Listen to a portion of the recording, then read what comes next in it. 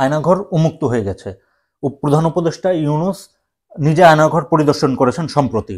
তিনি নিজেও বলেছেন যে সারা দেশে প্রায় 700-800-র মতো আয়নাঘর বা এই ধরনের জেলখানা, যেখানে টর্চার সেল আর কি থাকতে পারে, যেগুলো মূলত বাংলাদেশের সামরিক গোয়েন্দা সংস্থা ডিজিএফআই, র্যাব, ডিবি পুলিশ বা সরকারের অন্যান্য গোয়েন্দা সংস্থা দ্বারা পরিচালিত বা নিয়ন্ত্রিত হতো। ৭৫-এ জিয়াউর রহমান ক্ষমতায় আসার পরে পার্বত্য চট্টগ্রামে তো সেনা শাসন প্রতিষ্ঠা করেছিলেন।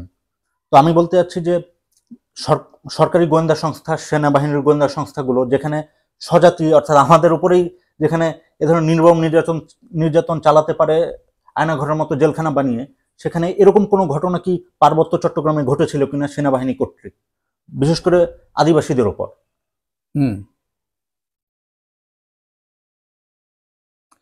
আমার তো পার্বত্য চট্টগ্রাম সম্পর্কে কিছু জানার সুযোগ হয়েছিল।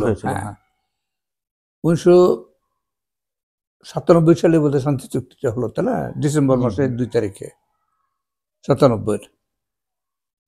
তখন আওয়ামী লীগ সরকার ক্ষমতায় ছিল। আওয়ামী লীগ সরকার পার্বত্য চট্টগ্রাম জনসংহতি সমিতির সঙ্গে একটা চুক্তি স্বাক্ষর করলো। তারপরে শান্তি প্রতিষ্ঠিত হলো। আপাত দৃষ্টিতে একটা শান্তি প্রতিষ্ঠিত হলো সেখানে। এখন তারপরে অনেকটা উন্মুক্ত হয়েছে পার্বত্য চট্টগ্রাম সমতলবাসীদের কাছে, আমাদের কাছে। আমরা অনেক কিছু সেখানকে জানতে পারছি। তার পূর্ববর্তীকালে সেখানে কি ধরনের মানে নৃশংসতা চলেছিল সেগুলো সম্পর্কে আমরা কিছু কিছু জানতে পারি। আমি নিজে তো 97 সালে ডিসেম্বরের চুক্তির পরে সম্ভবত 98 সালে, যেহেতু আমার বন্ধুরা ছিল পার্বত্য চট্টগ্রামের, ছাত্র জীবন থেকে বন্ধুত্ব ছিল তাদের সঙ্গে, যারা পরবর্তীকালে জনসংহতি সমিতি বা শান্তি বাহিনী পরে গড়েছিল, তাদের অনেকে আমার বন্ধু ছিল, বন্ধুস্থানীয় ছিল ছাত্র জীবনে। আমি তাদের সঙ্গে দেখা করতে গিয়েছিলাম। তারপর তাদের সম্পর্কে, তাদের অবস্থা সম্পর্কে তাদের কাছ থেকে যেমন আমি শুনেছিলাম, তেমন তাদের অনেক লেখা পড়ার সুযোগও পেয়েছিলাম। তাদের পত্রিকা এবং বই, এগুলোর মধ্যে দিয়ে অনেক কিছু জানতে পেরেছিলাম। আসলে এটার মানে ভয়াবহ অত্যাচার ওখানে হয়েছিল। ওখানে বাংলাদেশ রাষ্ট্র ভয়ঙ্কর অত্যাচার চালিয়েছিল ওখানে আদিবাসীদের উপরে, পাহাড়িদের উপরে। এটা শুরু তো 1972 থেকে মুজিব এই শুরুটা করে। মুজিব শুরুটা ঘটায় এবং মুজিব সরকার তার প্রশ্রয়ে সেখানে ব্যাপক অত্যাচার, লুটতরাজ, ধর্ষণ এগুলো শুরু হয় তার সরকারের প্রশ্রয়ে, তার সরকারের আমি বলবো নির্দেশে এগুলো পরিচালিত হয়েছিল। এবং তারা শেষ পর্যন্ত অস্ত্র ধরে, অস্ত্র ধরতে ধরতে হয়তো কিছু সময় লেগেছিল। জিয়াউর রহমান পথে আসার পরে সশস্ত্র সংগ্রামটা দানা বাঁধে। এবং জিয়াউর রহমান সেখানে যেটা করেছে সেটা হচ্ছে সারা দেশে সামরিক শাসন, পার্বত্য চট্টগ্রামে বিশেষ সামরিক শাসন বলা যায় সেটাকে, যেটা চালানো হয়েছিল সম্পূর্ণরূপে সেনাবাহিনীর নেতৃত্বে। পার্বত্য চট্টগ্রামকে নিয়ে আসা হয়েছিল, সেনাবাহিনীর বুটে নিচে নিক্ষেপ করা হয়েছিল পার্বত্য চট্টগ্রামের মানুষদেরকে। নৃশংস অধ্যায় গেছে। এক আয়নাঘর নিয়ে এত এখানে হইচই চলছে এখন। সারা পার্বত্য চট্টগ্রাম একটা আয়নাঘর, এখানে তো ছোট ছোট পকেটে আয়নাঘর হয়েছিল। গোটা পার্বত্য চট্টগ্রাম একটা আয়নাঘর, গোটা পার্বত্য চট্টগ্রাম আয়নাঘর হয়েছিল।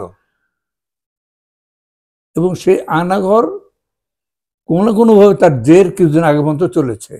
আমি জানি না এই সরকার আসার পরে, অন্তর্বর্তী সরকার আসার পরে অবস্থার কতটা পরিবর্তন, কতটা উন্নতি হয়েছে এটা আমি বলতে পারবো না। কিন্তু তার আগে পর্যন্ত, হাসিনা সরকার পর্যন্ত ওখানে প্রকারান্তরে সামরিক শাসন ছিল এবং সেই সঙ্গে বর্বর শাসন ছিল। একটা দমবন্ধকর অবস্থার মধ্যে ওখানকার মানুষদের সময় কাটাতে হয়েছে, কাল কাটাতে হয়েছে, জীবন পার করতে হয়েছে। এইটা আমাদের বোঝা দরকার, আমাদের মানবিক কিছু অনুভূতি নিয়ে বিবেচনা করা দরকার। ওরা তো আমাদের দেশেরই অংশ, ওরা তো বাংলাদেশের নাগরিক। ভাষার ক্ষেত্রে কিছু পার্থক্য থাকতে পারে, কিন্তু তারা তো এই দেশের নাগরিক, এই সমাজের মানুষ তারা এক অর্থে। আমাদের যে বৃহত্তর বাংলাদেশের যে বৃহত্তর যে জাতি, সেই জাতির অংশ তারা। সেটা বাঙালি না হতে পারে, বাংলাদেশি বলতে পারি, অথবা বাংলাদেশের যে জাতি সমষ্টি যারা আছে তার একটা জাতি অংশ তারা, একাধিক হোক যেই হোক। পার্বত্য চট্টগ্রাম অধিবাসীরা তো একটা, তারাও একটা জাতি সমষ্টি গঠন করতে পারে তাদেরকে নিয়ে, এবং আমরা আমাদের মতো করে তাদের সঙ্গে মিলিতভাবে আবার বৃহত্তর জাতি সমষ্টি গঠন করতে পারি। কিন্তু কথা হচ্ছে এইটা তাদের উপর যা হয়েছে এগুলোকে সমর্থন করা যায় না। এবং আমার মনে হয় আমাদের স্বজাতির উপরেই যেখানে এই ভয়াবহতা, হ্যাঁ, সেখানে অন্যের জাতির উপর কি চলতে পারে? এগুলো তুলে ধরা উচিত। মিডিয়াগুলো তো এগুলো তুলে ধরে না, বুদ্ধিজীবীরা ওগুলো নিয়ে কথা বলে না। আসলে আমরা অত্যন্ত স্বার্থপর একটা জাতি, বাঙালিদের কথা আমি বলছি, খুব স্বার্থপর, খুব ছোট মন আমাদের। ফলে আমাদের অভ্যুত্থান হওয়ার পরে অনেকটা পরিবর্তন হলেও বৃহত্তর ইয়ে তো একই রয়ে গেছে। আসলে জাতি হিসেবে তো আমরা একই মানসিকতারই রয়ে গেছি। এখন আমাদের পরিবর্তন সেভাবে হয় নাই। তাদের দিকে আমাদের বিশেষভাবে দৃষ্টি দেওয়া দরকার। তাদের উপর যে সমস্ত অন্যায় হয়েছে, অত্যাচার হয়েছে, অবিচার হয়েছে, সেগুলোর প্রতিকার যতটা সম্ভব করতে হবে। তার চেয়ে বড় কাজ হচ্ছে সেগুলোকে তুলে ধরতে হবে। এটা আমাদের করণীয়, কর্তব্য।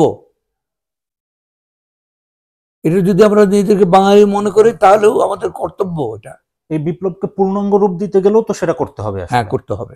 বিপ্লব তো এখনো শেষ হয়নি, আসলে পূর্ণাঙ্গ রূপ পাইনি। হ্যাঁ, এইটা বিশেষ করে আমি ছাত্রদেরকে বিশেষ করে এই জিনিসটাকে ভাবতে বলবো। তাদের প্রতি আমার আবেদন থাকবে, আহ্বান থাকবে, তারা যাতে পার্বত্য চট্টগ্রাম সমস্যার দিকে বিশেষভাবে মনোযোগী হয়।